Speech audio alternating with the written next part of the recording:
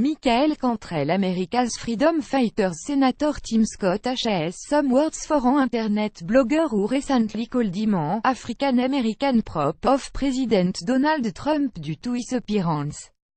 At a tax reform speech given at the White House, Scott was standing next to the president and Rep.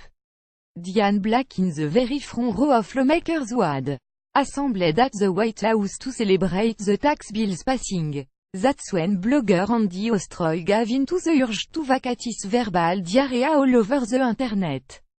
By creating a post mocking Scott, something that would get a conservative pundit smacked with a racist label so fast their head would spin. Fox News is reporting, what a shocker. There's one black person there and sure enough they have him standing right next to the mic like a manipulated prop. Andy Ostroy wrote, "Way to go Senator Tim Scott." Ostroy, whose Twitter profile identifie him as a Huffington Post contributor, continued. Scott responded on Twitter, ripping Ostroy's remark, probably because he helped write the bill for the past year, have multiple provisions included, got multiple senators on board over the last weekend, have worked on tax reform my entire time in Congress, he wrote. Probably because he helped write the bill for the past year, have multiple provisions included, got multiple senators on board over the last weekend, have worked on tax reform my entire time in Congress, but if you'd rather just see my skin color, PLS feel free. https://t.co/Klansky3 Tim Scott, @Senator Tincott, December 20, 2017, but if you'd rather just see my skin color, PLS, sick, feel free, Scott SID, having been caught exposing his true, racist, white privilege, sorry, couldn't resist throwing that nugget out there, Ostroy quickly deleted his post and issued the following apology, @Senator Tincott, earlier he tweeted something that he now agrees was unfair. Senator, he regrets that tweet. Otherwise he should have and could have made my point, yeah, first off, too little too late.